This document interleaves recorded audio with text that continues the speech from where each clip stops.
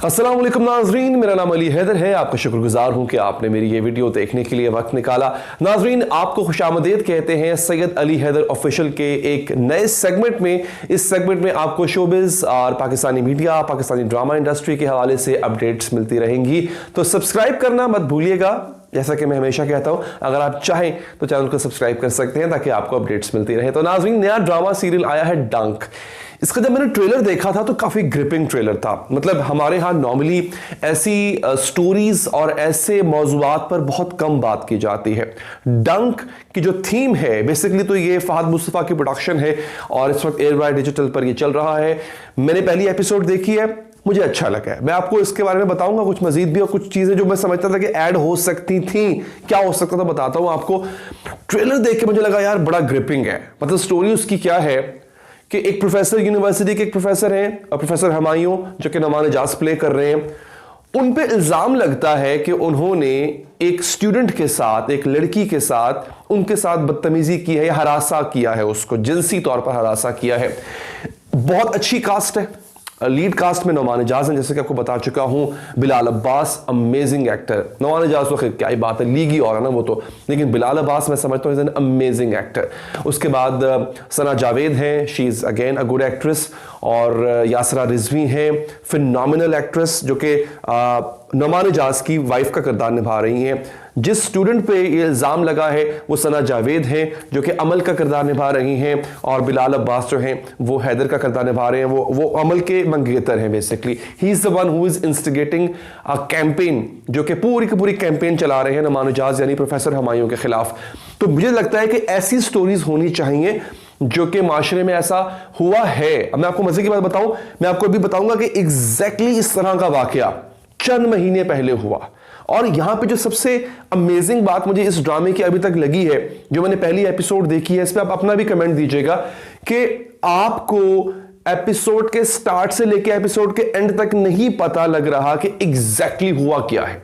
मतलब राइटर ने जो स्टोरी लिखी है और डायरेक्टर ने जिस तरह से उसको शूट किया है, इतना ग्रिपिंग है कि पता नहीं चल पा रहा कि क्या वाकई ही प्रोफेसर हुमायूं यानी नौमान एजाज ने यह काम किया है, या जो लड़की है अमल, जो सना जावेद निभा रही है जिसका किरदार, क्या वाकई ही उनके साथ ज्यादती हुई है या फिर वो झूठ बोल रही है। दोनों किरदारों को देख के, दोनों किरदारों की जो ट्रीटमेंट है वो देख के ऐसा नहीं लगता कि इनमें से कोई एक विलन है। अगर आप नौमान एजाज को देखें, जब तक उनके सीन्स चल रहे होते हैं नौमान एजाज के, ऐसा लग रहा होता है कि यार ये बंदा ठीक है, मतलब इस बेचारे ने कुछ नहीं किया हुआ यार। लेकिन जब आप सना जावेद को देखते हैं, मतलब अमल को देखते हैं, तो आपको उनको देख के लगता है कि यार ये भी सच्ची है, इस बेचारे के साथ कुछ ना कुछ तो हुआ है। अब एक सीन आता है उसमें वो अमल जो है वो बैठी हुई है, अपने कमरे में बैठी हुई है, तो उसकी बहन आती है। अब वो बिल्कुल जोन्ड आउट है, उसको नहीं पता कि क्या हो रहा है इर्द गिर्द, वो अपने किसी ख्याल में है। आके उसको टच करती है तो वो चौंक जाती है, वो डर जाती है, कहती है मुझे हाथ मत लगाओ। इसका मतलब है कि कुछ तो ऐसा हुआ है कि वो ऐसा ड्रामा तो नहीं कर रही, कुछ तो ऐसा हुआ है कि उसको फील हो रहा है कि अगर मुझे कोई हाथ भी लगा रहा है अमल को, तो वो जिनसी हरासी कर रहा है, मुझे जिनसी तौर पे हरासा कर रहा है। इतना ग्रिपिंग है। और दूसरी तरफ जब आप नौमान एजाज यानी प्रोफेसर हुमायूं को देखते हैं, तो उनकी परेशानी को देख के लग नहीं रहा कि यार हाँ इस बंदे ने जानबूझ के किया होगा। ही इज एक्चुअली वरिड कि मेरे साथ हो क्या रहा है। अच्छा, मैं आपको बात बताऊं, ये जो आदी होते हैं ना इस तरह के लोग, जो लड़कियों को हरासा करते हैं यूनिवर्सिटीज में या दफातर में, उनको फर्क नहीं पड़ता अगर लड़की इल्जाम लगा देती है या लड़की आउट राइट बाहर आके ये बात कर देती है, तो उनके अंदर एक अजीब सी उनको एक मस्ती चढ़ी होती है।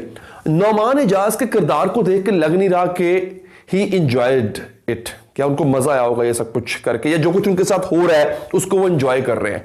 दोनों तरफ बिल्कुल राइटर ने और डायरेक्टर ने बड़े ही अच्छे अंदाज से दोनों किरदारों को आगे बढ़ाया है।